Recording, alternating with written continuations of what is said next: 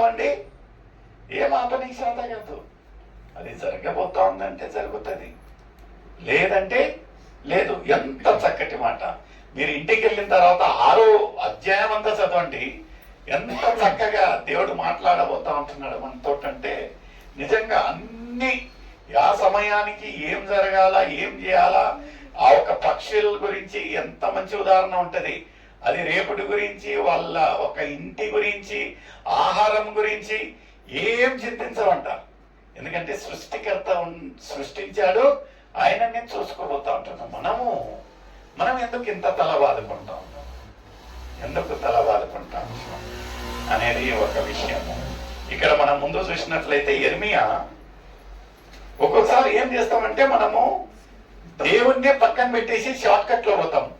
మతుకుందా? ఎప్పుడన్నా జరిగింటేనే మన ఒక జీవితాలలో మనం ఏం చేస్తామంటే దేవుని ఒక కాలము ఆలస్యం అవుతా ఉంది అని ఏం చేస్తామంటే దేవుణ్ణి పక్కన పెట్టేసి ఒక అడుగు ముందుకు దుంకుతాం. అది ఏమవుతుందంటే అదే ఎడవట్ అయ్యేది. అంటే ఏం జరగాలన్న ప్రతి ఒక్క దానికి ఒక కాలం అనేది ఉంటుంది. దేవుడు ఒక టైం బాండ్ అనేది ఉంటుంది. మీరు ఒక అన్నం పెట్టి ఉంటారు, అది ఉడికేంత వరకు ముందుగానే మనం తీసేసామనుకోండి ఏమవుతుంది? ఇంట్లో మంచిగా చివాట్లు ఏంటంటే బియ్యం చేశారు అంటారు, గుర్తు పట్టుకున్నది అంటారు. కొంచెం ఆలస్యంగా తీసామనుకోండి ఏమవుతుందండి? మాడిపోతుంది. అప్పుడు ఇంకా మనకు ఇంట్లో, ఎందుకంటే ప్రతి ఒక్క కాలానికి మనము ప్రసంగిలో చూసినట్లయితే ప్రతి ఒక్క దానికి ఒక సమయం ఉంటుంది. ఏడవనికి సమయం ఉంటది, నవ్వనికి సమయం ఉంటది, పుట్టుకకు ఒక సమయము, అన్నిటకు ఒక సమయం అనేది ఉంటున్నది. ప్రియమైన సోదరి సోదరుడా, ఒకరోజు ఏమయ్యాదంట, నేను ఒక చిన్న ఉదాహరణ చెప్తా. నాడి కూర్చో అక్కడ. ఏం జరుగుతుందంటే ఒకరోజు ఒక అతను ప్రతిరోజు దినకూలి అంట, అతను కూలీ చేయాలి, ఉన్న డబ్బులతోటి అతను ఇల్లు గడవాలి. అటు చేస్తూ ప్రతిరోజు ఉదయాన వెళ్తాడు, పని ఎతుకులాడతాడు, పని చేస్తాడు, ఇచ్చిన డబ్బులతో ఆ రోజు ఏం కావాలన్నా సరుకులు తెచ్చుకుంటాడు, భోజనాలు చేస్తాడు. ఒకరోజు ఏమయ్యాదంట, అలాగనే మరుసటి రోజు కూర్చొని అలా ఉన్నట్లయితే ఒక అతను వస్తాడంట, ముసలైన వచ్చి ఏం చేస్తాడంట ఆయన వచ్చి, నీకు ఈరోజు పని ఇస్తాను, వస్తావంటే నాయనా నేను పని కోసమే ఉన్నాను, ఏ పని ఇచ్చినాను నేను చేస్తానంటే, ఏం లేదు, ఈ యొక్క 3 బ్యాగులు ఉన్నాయి, ఈ 3 బ్యాగులలో 2 బ్యాగులు నేను ఎత్తుకుంటా, నువ్వు మాత్రం అది 3వది కొంచెం బరువుగా ఉంది, అందుకని నువ్వు ఎత్తుకోవాలి అంట. అంటే ఎంత అంటే నేను నీకు 3 గోల్డ్ కాయిన్స్ ఇస్తాను, 3 బంగారపు నాణ్యాలను ఇస్తాను ఆ ఒక బ్యాగు కంటే. అంటే చాలా చక్కగా ఉంది, సరేలే మోస్తానని అతను ఆ 3వ బ్యాగ్ పట్టుకుంటే చాలా బరువుగా ఉన్నదంట. అన్నాడంట, ఏందైనా ఇంత బరువు ఉందంటే, అందుకేనైనా నేను 3కు 3 ఎత్తుకొని పోయే బదులు ఈ 2 నేను ఎత్తుకొని అది మాత్రమే నీకు ఇచ్చాను అంటాను. నువ్వు ఎత్తుకునే మాట అయితే చెప్పు, లేకపోతే నేను వేరే వాళ్ళని చూసుకుంటాను. లేదు నైనా నాకు నేను పని చేస్తానని వెళ్తూ ఏమైందంటే వాళ్ళొక కాలువ లేక్ అడ్డం వస్తుందంట. అడ్డం వచ్చినప్పుడు ఇతను ఏం చేస్తాడంట, ఈ యంగ్ కదా ఇతను, బాగా యవనస్తుడు, అతడు చూస్తే వృద్ధుడు, ముసలాయుడు. ఆయన 2 బ్యాగులు ఎత్తుకొని ఆయన అంటాడంట, నాయనా నువ్వు కావాలంటే ఈ బ్యాగును ఇంకా నువ్వు ఎత్తుకొని ఆడ వరకు రా, ఎందుకంటే ఈ 2 బ్యాగులు పట్టుకొని నేను నీళ్లను ఆ చివరి పోలేను అంటాడంట. అంటే ఇతను అంటాడంట, దానికైతే అంటే నాకు తెలుసు, దానికి ఇంకా డబుల్ ఇస్తాను నేను. అయితే దీంట్లో ఉండేటి ఏముంటున్నాయి నేను నీకు ముందుగానే చెప్తా. అది ఎందుకు అంత బరువుగా ఉంటున్నాయంటే దాంట్లో ఉండేటి బ్రాన్స్ ఏమంటారండి తెలుగులో? కంచు నాణ్యాలు ఉన్నాయి, అందుకని బరువు ఎక్కువ ఉన్నాయి కనుక ఆ కంచు నాణ్యాన్ని ఫస్ట్ నీకు ఇచ్చాను. ఈ 2వది ఏముంటున్నదంటే ఎండి నాణ్యాలు, వెండి నాణ్యాలు ఉన్నాయి కనుక ఇది కొంచెం బరువు తక్కువ ఉంటుంది, విలువ ఎక్కువ అని నేను ఈ 2టిని పట్టుకొని వస్తా ఉన్నానంటే, సరేలే అయితే నువ్వు ఈ చివరి నుంచి ఆ చివరికి వెళ్ళేసరికి నువ్వు వాటిని తీసుకొని పారిపోకూడదంట.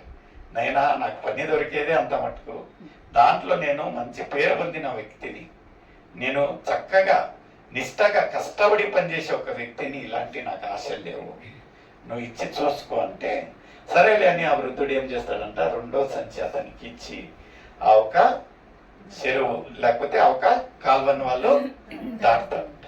దాటి వెళ్తూ వెళ్తూ వెళ్తూ ఉన్నట్లయితే ఒక పెద్ద కొండ వస్తుందంట. ఏమొస్తుందండి? కొండ. కొండ ఎలా ఉంటున్నదంటే ఇలా ఉంటుంది కదా, పైన స్టీప్ ఉంటున్నది. ఇతనికి ఈ ముస్లిమానికి ఆయన ఒక్కడే నడిచేది కష్టమైతుంది, దాంట్లో మళ్ళీ ఈ బ్యాగ్ ఎట్టా అనుకొని ఏమంటాడంట, నైనా ఈ కావాలంటే ఈ మూడో బ్యాగ్ ఇంకా నువ్వు తీసుకుని నడసాలి, కావాలంటే 3 నాణ్యాలు మొత్తానికి నీకు 10 నాణ్యాలు ఇస్తాపు, అయితే నువ్వు నిజాయితీగా, ఎందుకంటే ఈ 3 బ్యాగులు ఏమంటున్నదంటే బంగారం నాణ్యాలు, అందుకని భరోసాగా నేను నీకు, నువ్వు బాగా గబగబా పైకి పోయి నేను వచ్చేది ఆలస్యమై నువ్వు అవి తీసుకుని వెళ్ళిపోయావు అనుకో, నష్టం నాకే అవుతానంటే, ఏం సార్ నేను ఎంత చెప్పినానో మీరు వినటంలా, నేను చెప్పాను కదా నేను అలాంటి ఒక వ్యక్తిని కాదు, కష్టపడి పనిచేసే ఒక వ్యక్తిని, నిజాయితీగా బతికే మనిషిని, నన్ను నమ్మంటే ఈ ముసలివాడు ఏం చేస్తాడంట, ఆ 3వ బ్యాగ్ ఇంకా ఇతనికి ఇస్తాడు. ఇచ్చేసరికి యవనస్తుడు కింది నుంచి పైకి ఎక్కే లోపల ఇతనికి ఏమనిపించాడంటే, ఈ 3 బ్యాగులలో ఒక దాంట్లో కంచు, ఒక దాంట్లో వెండి, ఒక దాంట్లో ఇదైతే ఇంకా నా లైఫ్ సెటిల్, ఈ 10 నాణ్యాలు తీసుకొని ఎన్ని రోజులు నేను తింటా. ఎవరైతే గొప్పగా ఆ ఒక నిజాయితీ గురించి, కష్టం గురించి మాట్లాడాడో అతనికి ఏమైపోయాడంట, కాల క్రమీణంగా అతనిలో ఆశ పుట్టేసింది. ఆశ పుట్టేసి గబగబగా పైకి ఆ ఒక ముస్లిం అన్ని చూస్తే కింద నుంచి పాపం కష్టపడి పైకి ఎక్కుతా అంటే ఇతనిలో ఆ ఒక ఆలోచన వచ్చి ఇతను ఏం చేస్తాడంటే ఆ 3 బ్యాగులు తీసుకొని పరిగెత్తి ఇంటికి ఉరికిపోతాడు. ఇంటికి ఉరికిపోయి నిజంగా ఈ యొక్క బ్యాగులలో ఏముంటున్నాయని తిరిగేసి ఫస్ట్ బ్యాగ్ యాద ఓపెన్ చేస్తాడంటే బంగారం అది, ఎందుకంటే ఇది ఒక్కటి క్లిక్ అయితే చాలు నా జీవితానికి.